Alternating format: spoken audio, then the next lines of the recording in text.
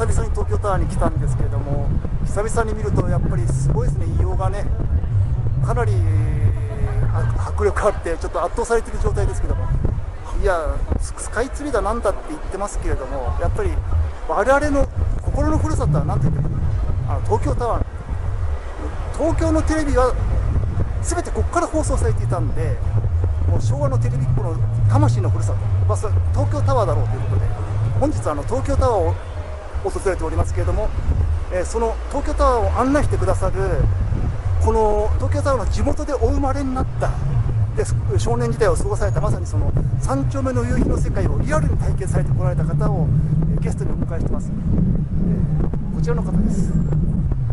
皆さんこんにちは。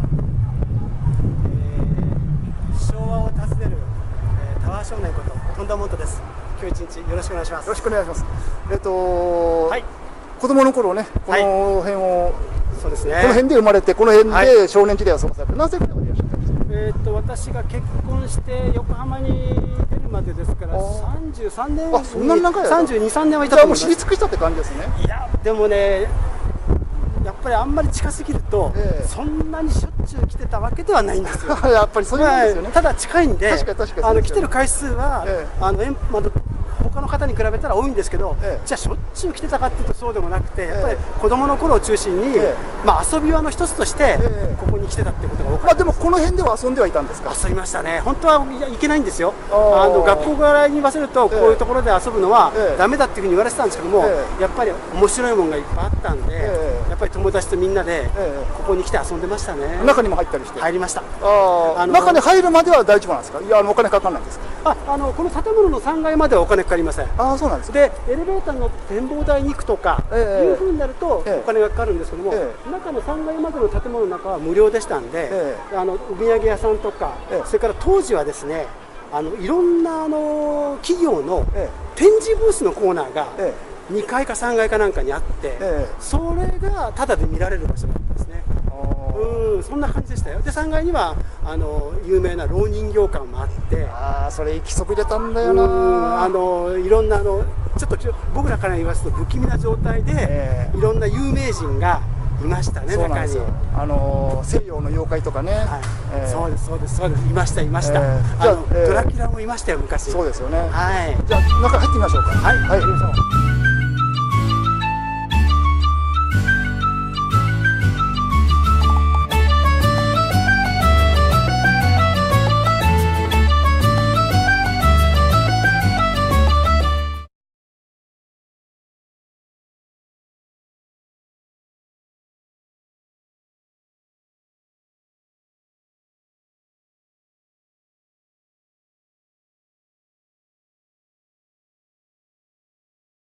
はい、じゃあチケットからお見せいただけますか。はい。もう QR コードでやるんだ今。もう一つの入り口は3メートル右にございます。そちらでエレベーター乗り換えてください。十分の前にお願いいたします。いってらっしゃいませ。音声ガイドを渡させていただきます。こちらで音声ガイドキーをお渡しいたしますね。青いストラップ、まずはこちら首からおかけくださいませ。ありがとうございます。音声ガイドキーのイヤホンですが、左耳にフックがかかりますので、左耳へどうぞおかけください。ちょ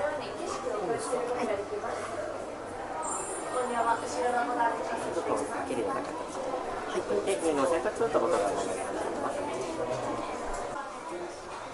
皆様モニターをご覧くださいませ。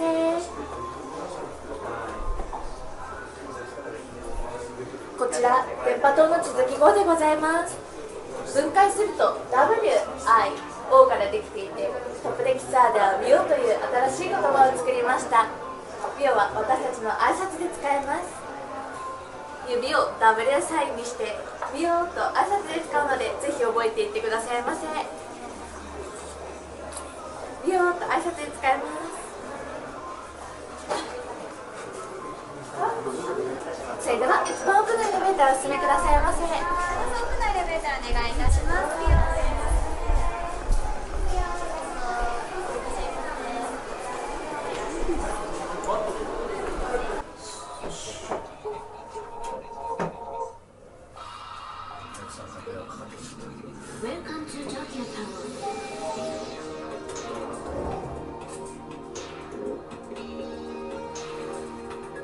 本日はご来場くださいまして誠にありがとうございます。これより高さ150メートルのメインデッキまでご案内いたします。1958年に開業した東京タワーは東京の街並みを見つめ続け、今年おかげさまで60周年を迎えます。時代とともに変化していく街並みをどうぞごゆっくりお楽しみくださいませ。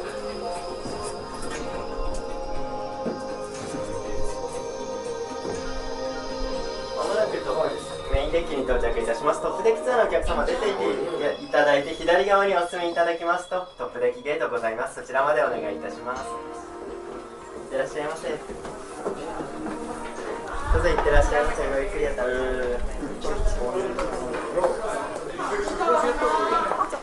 ップデッキご案内。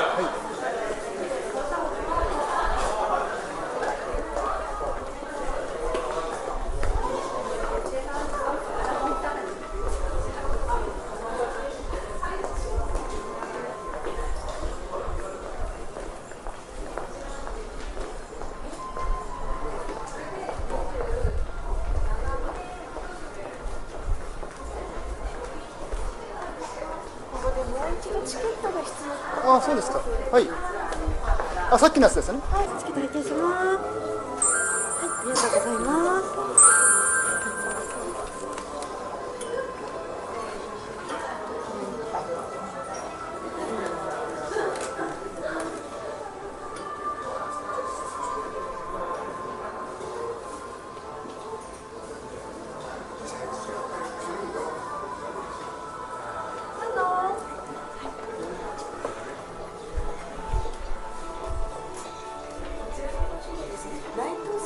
内藤達夫さんなんです。こちらこの内藤達夫の方は特に移さないでいただきたい方なんです。あ、うちは、はい、創設者の前田久吉は大丈夫なんですけど、こちらはまあ移してもちょっとぼやける形。この方あれですね、もともと産経新聞の。そうです。そうですよね。創設者です。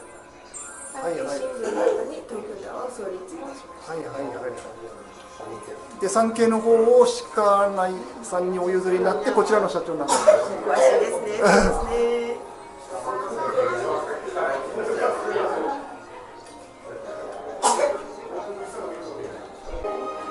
60年前の写真、プロジェクションマッピングで、それから今と。うわ、すごいな。壁がプロジェクターになってるんですね。これね、ギャラリーにやらせていただいております。すごいな。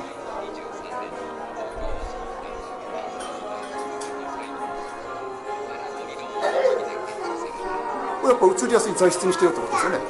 そうですね。はい、はっきり色が出るようにとか考えて、今私たちのイベントとしてプロジェクションマッピングが新たに違う場所でやってるんですけど、展望台の違う場所でやってるんですけど、窓に投影するんですね。やっぱり窓に投影するのと壁に映すのとでは色が壁の方がはっきりします。窓って透明な窓にですか？ご案内しますので、これがこれから見られる。ツアーが終わりましたらご案内。そうですか。ただ7時半なんですよ。暗くならないと入れないので。でしょうね。はいは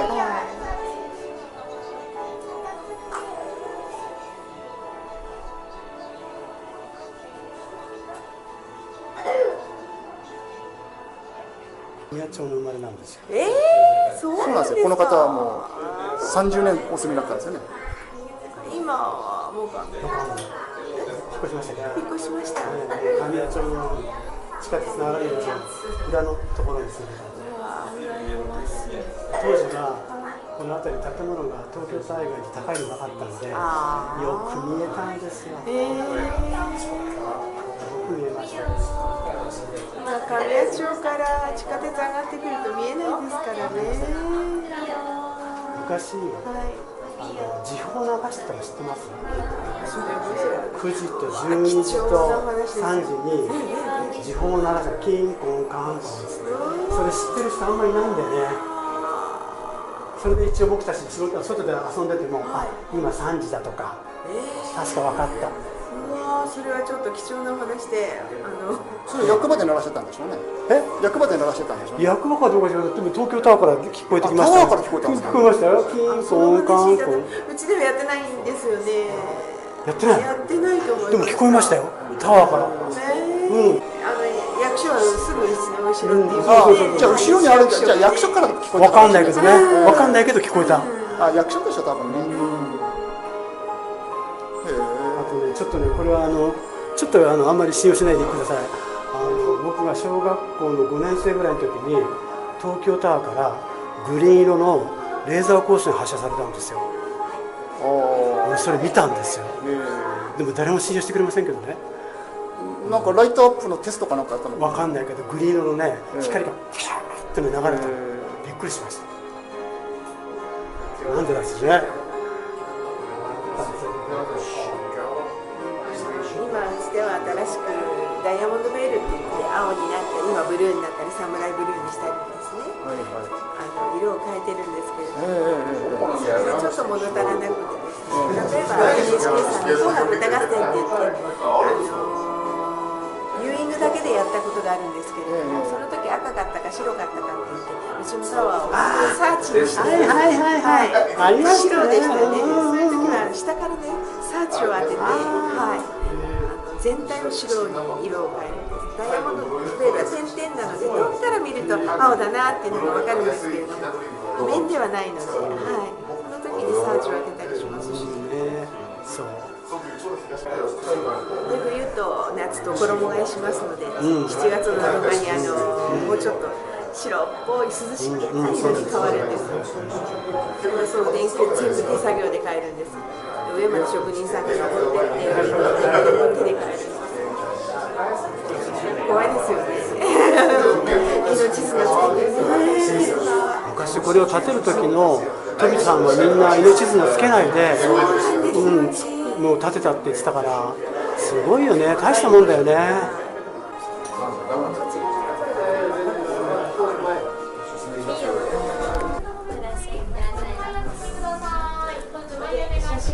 サービスがございます。あ、そうなんですか。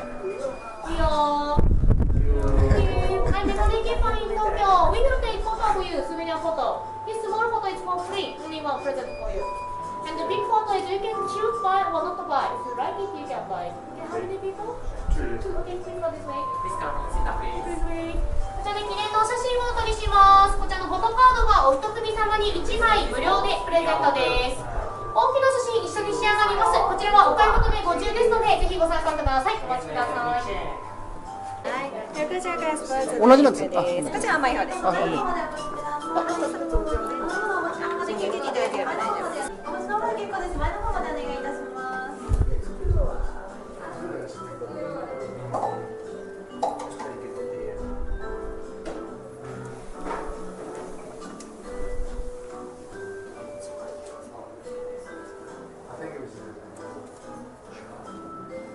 確かね、この先に日活アパート、日活マンション、日活がやってたね、建物がこの先にあったんですよ、確か。もう今面影もないですけどね。別にそれは俳優が住んでるとかそういうんじゃないですか。だったのかな、なんか日活が建てた建物で、ちょっと有名でしたね。一応日活アパートだったかな、日活マンションですってね。なんか聞いたことはあるんだよな。なんか映画会社そういうのを作ってたんですよね、結構ね。ありましたね、こっちも確かありましたよ。で、あと今そこ隠れてる、貿易センタービル、僕はあそこで3年間高校時代、ずっとビルの清掃アルバイトやってました。23階と24階担当したかな。2階だけなんですね。もう結構一人ではとてもできないんで、みんなで階を分担して、それで掃除を。で、階ごとに担当があるんですか。階が2つぐらいの階を、2組をおばさんと私と2人でやってますね。懐かしい。どうぞ。どうぞ。これに入れて、ありがとうございます。なんか懐かしい。僕金魚すくいの袋みたいな。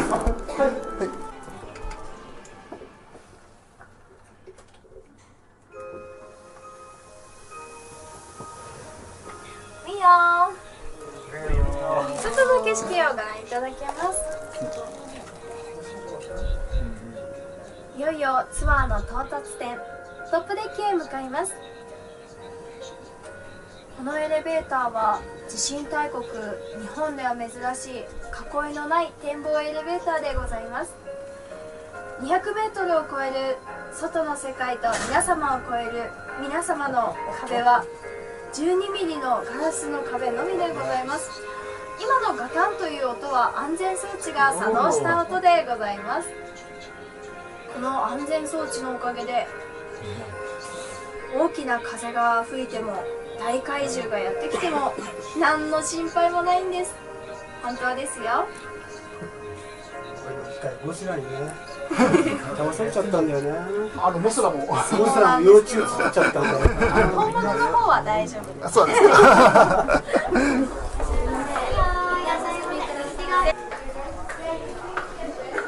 素晴らしいねこれ。これは素晴らしいわ。とってもいい風景です。今ここに見えてるのが三田通りですね。これ三田通り、札の辻の方に向かってちょうど道路の向こう右側の方に慶応義塾大学があります。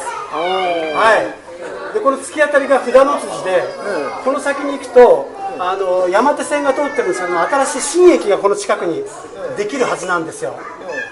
そういう通りですねここ。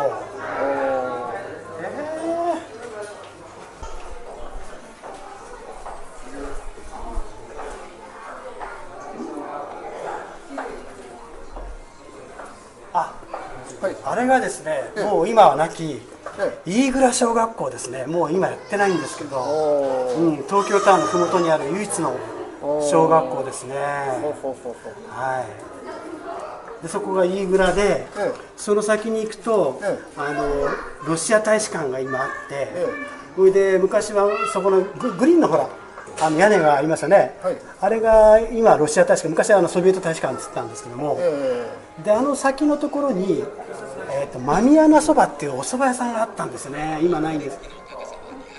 懐かしいな。で確か奥にアメリカンクラブじゃないかな。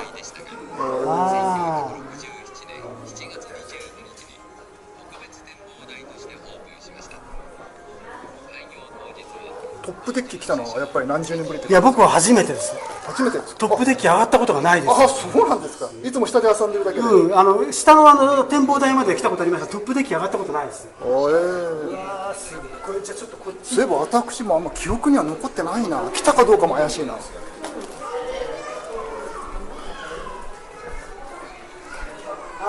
こが神谷町のあたりだ。撮りましょう。今ここに映ってるのが、芝、浄水場でずーっとこの先が、そうここら辺が神谷町の交差点じゃないかな。この間にいたんだな。懐かしい。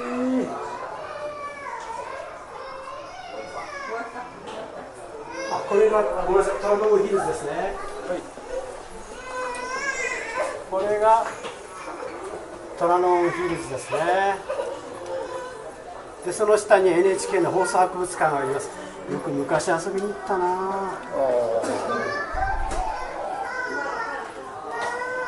素晴らしい風景ですね。この先がちょっとあれですね、国技館が見えますね、屋根が。そうですか。皇居の向こうの先のところに。皇居見えます？皇居、森のあたりが皇居ですよね。もうちょっともやっちゃってますね。あそこの赤いのがあれですが警視庁じゃないですか。その手前が検察庁で、向こうが警視庁で。これは素晴らしい風景ですね。懐かしいわ。あそこでね、今ああやってサッカーコートになってるところが、芝の貯水場の、芝生のところで、あそこにバッタがいっぱいいたんで入っちゃいけなかったんですけど、入らせてもらって、サッカーとかあそこでバッタを取ったりしたんですね。懐かしい。そこだけ原っぱが残ってたってことですか？そうです。あそこはちょうど下が貯水場で池なので、上が平らなあれになってて、こう地面になってて原っぱみたいになってて、それが昭和45年頃って言いましたっけ。そうですね、45年とか44年とかそこら辺でしたね、昔のね。いたのはバッタぐらいですか。まあ他にも虫いたと思うんですけど、ね、記憶に残ってるのはバッタとかそれからカマキリいましたやっぱり、それを取った記憶がありましたね。だからその昭和40年代中頃まではこの辺でもカマキリがいたという。もうちょっと前は、これもいました。クワガタもいました。家の近くにクワガタがいました。見つけたことがあります。はい。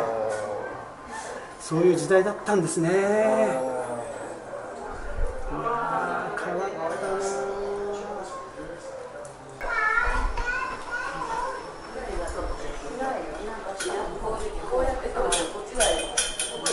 ここか。おなりもん中学校か。これがおなりもん中学校ですね、小中学校。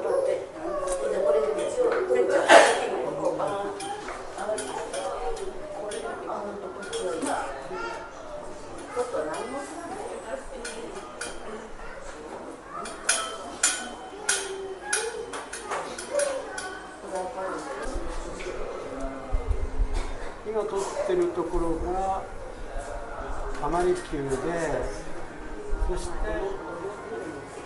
こちらの先にあるのが市街宮で、今ビルに隠れているのが世界貿易センタービルで、懐かしいな。ありがとうございます。いやいいあれが撮れたわ。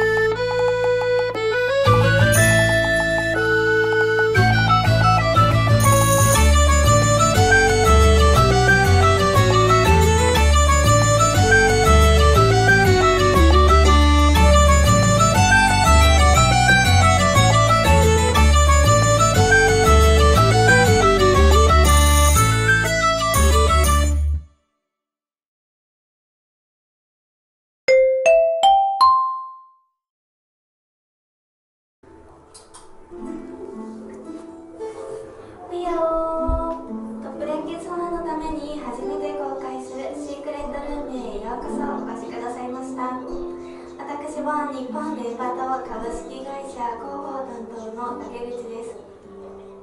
実はこの部屋、東京タワーを作った偉人の支えでも